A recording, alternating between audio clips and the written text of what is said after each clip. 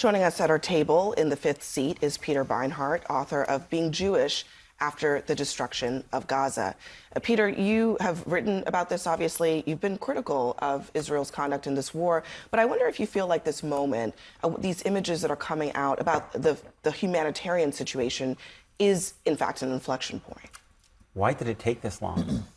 I mean, in November of last year, the International Criminal Court issued a warrant for the arrest of Benjamin Netanyahu for the war crime of starvation 8 months ago, before Israel cut off all food, all water, all electricity into the Gaza Strip for 3 months. And to say the United States is silent, it's much, much worse than that.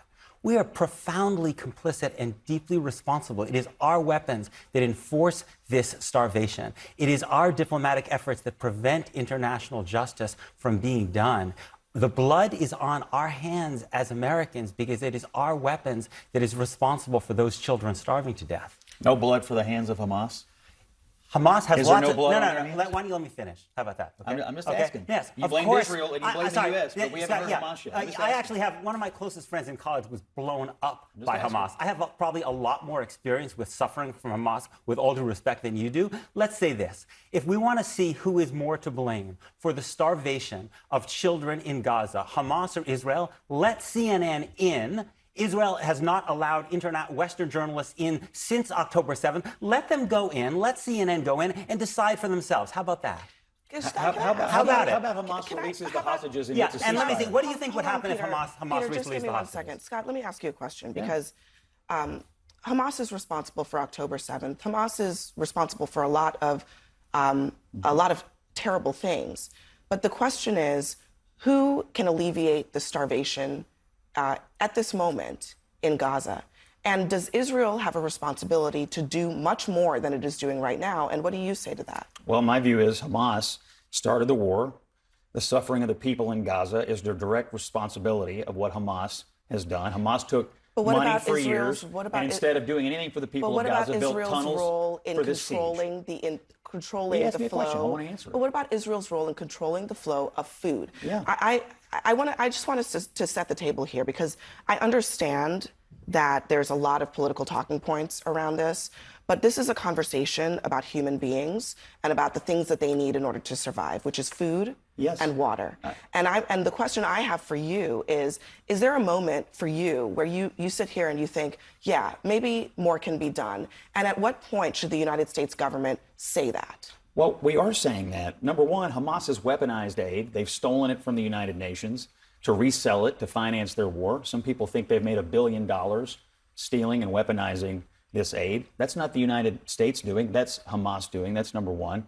Number two, they've made unreasonable demands in these hostage negotiations. We're on the brink of a hostage deal and a ceasefire. They've blown that up today with Israel and now the United States having to walk away from an unreasonable situation. It is blatantly obvious that Israel and the United States wants the hostages home, they want a ceasefire, and they want to feed the people in Gaza. Hamas does not. Can I just add? The Israeli government's stated position is to support the Trump plan for the full expulsion of all Palestinians from Gaza. And I would remind you, there is no Hamas leadership in the West Bank. How are Palestinians being treated in the West Bank, where Hamas is not in control, where there are no Hamas fighters? Palestinians are being expelled from their homes, living under conditions that even Israel's own human rights organizations call apartheid in the West Bank, where there is no Hamas. So yes, Hamas does despicable things, but these talking points, with all respect, people don't believe them anymore. People don't believe them anymore. All they have to do is release the hostages. I just want to play, hold on a second, Scott. I want to play Cindy McCain.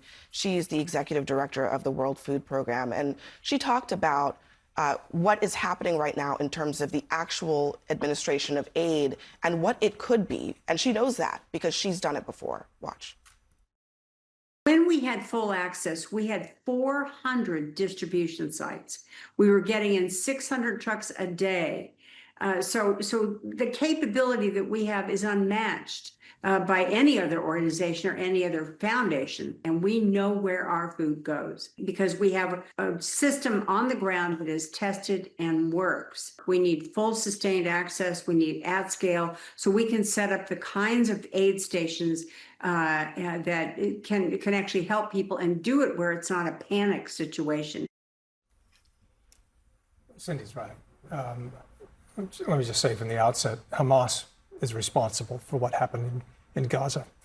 They don't negotiate in good faith. They are a terrorist organization. Having said that, Israel needs to be doing far more than they're doing to allow food to come in or to provide it themselves. And having spent much of the last 3 years in the Muslim world, you ought to see how the U.S. is being portrayed there for standing by and being silent, at least on this. Now, Hamas, they are a terrorist organization. I don't speak for them, but Israel needs to do more, and America needs to do more to force them to allow food in. It's heartbreaking to see what's going on. I served meals in southern Turkey after the earthquake with somebody from World Central Kitchen, who later went to Gaza and was killed by a strike. Wow. They're serving meals there. It's a horrible situation. Anybody who can watch what we just watched and say, no, Israel's doing enough, the U.S. is doing enough, we're not. Yeah, I mean, she said 400 distribution sites is what they typically would have to feed a population of that size. We're talking about 4 now. And then at those sites, I can show you the headlines. I mean, dozens killed in separate incidents over the course of the last several weeks, just trying to get aid at those sites, creating incredibly dangerous conditions. It just seems, Abel, at this moment, it's not actually asking all that much for there to be more than what is happening right now, because what's happening right now is clearly not even close to being enough. Abby, to look at the images, obviously it's painful, especially I'm a father. There's a lot of us here who are fathers, to see these kids. But then Hamas is just, they portray as a political party. They're a syndicate. They're a gang. They are a terrorist organization. I've been to Sderot. I've been to Ashdod, little cities right next to Gaza. These kids wake up in the morning, there's a kazan coming over their head. They're going into these culverts that they paint them as snails so these kids can play in culverts to protect themselves. This is bad. President Donald J. Trump wants a couple of things. Scott mentioned it. He wants a ceasefire. He wants this to end. This guy does not want war. President Trump wants this to end. He's called for mass expulsion. Hamas he wants is the to build one. a hotel. Hamas is the called for one that's expelling the entire population. Did you not hear that? I mean, come on. Come on what? He's got his envoy over there right now. That's the official Israeli position to facilitate the Trump. Why are 3 of those 4 aid centers all in the extreme south of Gaza on the border of Egypt? Because Israel's own defense minister has said, we are implementing the Trump plan. Gazans can only live on 12% of Gaza now, which is already one of the most overcrowded places on earth, because Israel is facilitating the Trump plan, moving the population into a tiny area, making life so hellish and so miserable that they hope that as many people who don't die will leave. That's official Israeli policy. Release the hostages, create a ceasefire, end the war, get back to normal. That's the plan. What is normal here, though? Look, Donald Trump just listen, one kazam here in New York, I can tell you what the people of New York would do. Food. They get kazams every day in those little towns. Gaza was under Israeli occupation, has been under Israeli occupation since 1967. You know, most of the people in Gaza are not from Gaza. They're from families of refugees that were expelled from Israel in 1948. That's where they're there in the first place. Let me let Kat have a word in. Go ahead. I am from one of those families. My father's parents were Nakba survivors. I do not want Israeli children to live in fear, and I don't want Gazan children to starve to death. And there is no enemy of either state that could want me to wish that or excuse the starvation of children. It is that simple. Food is being blocked. It is being blocked. This is a man-made humanitarian disaster. It could stop at any point. We could be putting pressure on this. Yeah, they launched missiles from hospitals. They launched missiles from preschools. Okay, there is this is nothing. who Hamas is. There is nothing. Hold on a no second. agency that could excuse this. Let me ask you to respond exactly to what she said. What is the rationale for blocking food? I don't believe Period. food is big. There's 950 trucks sitting there with food rotting right now that the UN won't distribute. Because Why they're is the not UN allowed- in Hold on, cahoots with hold on. Hamas? I don't understand. What are you? I don't understand. Scott, I'm not sure what you're referring to. There's I'm not- 950 trucks Scott, with I'm not food sure what sitting you're at referring this to. moment. Israel and the United States have put together a program to distribute food. Yes. Because they don't want the UN to be a part of it. They want to do it themselves. But that program is what everyone is saying is failing. In fact, Not everyone. In fact, The starving children are. there is a statement here from 100 human rights groups that says, as the Israeli government's siege starves the people of Gaza, aid workers are now joining the same food lines, risking being shot to feed their families. With supply now totally depleted, humanitarian organizations, they're witnessing their own colleagues and partners waste away before their eyes. The government of Israel's restrictions, delays, and fragmentation under its total siege have created chaos, starvation, and death. Again, this is within the power of to alleviate this. And even if the idea is that Hamas is stealing some of the aid, the quantity of aid, Scott, that is coming into Gaza right now is not even close to what is necessary to feed the population. So it would be one thing if they were giving as much food as was necessary and Hamas was stealing all of it, but that's not what's happening. Look, regarding the United States, to Senator Flake's point, regarding our position in this, I think the administration's support of the Gaza Humanitarian Foundation effort, I think they're the only people right now that are actually successfully delivering aid in a way that it is not being stolen. I think one of the main problems is the aid that's going in. It's being looted and stolen by the terrorists. I mean, Scott, based on GHF has done a good job. Just one second, because based on, I just played the Cindy McCain sound, and I almost feel like we might need to play it again because she's being very clear. She runs an organization that knows how to distribute food. And she is saying there are other ways to do this that are better and more effective, and they are not being allowed to do it. Why are they not being allowed to do it?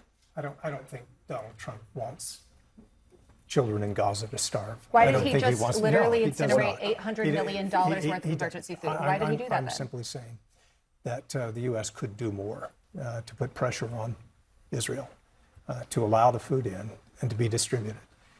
That's what I'm saying. Well, I don't today think that the U.S. wants walking away from negotiations is just a negotiation tactic because we got to be back at the I was table. going to say, we are I will debating also basic say human that dignity here. I'd also will say that obviously the negotiations around the end to the war are important, but they are actually separate because the humanitarian situation, you know, there are rules of the road about how you conduct wars. And the starvation of populations is not part of the rules of the road. Yeah, why won't Hamas follow the rules? Regardless, hold on, Scott, regardless of whether or not they come to the negotiating table and negotiate a peace deal, the question will remain, who is going to feed the population in Gaza? Because when you're delivering aid and Hamas is looting it and shooting people trying to get it, that means the war is still going and it's hard to deliver it, I would think. Every single thing that you've said is an Israeli government talking point. The question is, if you're so confident, yes, no. With all due respect, I've suffered a lot more from Hamas people I know than you have. With all due respect, if you want to test these things, why don't you call for Israel to allow Western journalists in to go and check for themselves to see whether you're right? You want me to call on? Why don't you ask Israel to allow Western journalists to go in, not to micromanage, to go on the ground and do reporting, which is what organizations like CNN do, and look for themselves. Peter, it's war. They invaded Israel. Yes, there is a war, Israel. What Hamas did on October 7th were war crimes. They were utterly despicable and immoral. It is also the case that Palestinians have been under occupation under a condition that even Israel's own human rights organizations call apartheid. Israel's own human rights organizations.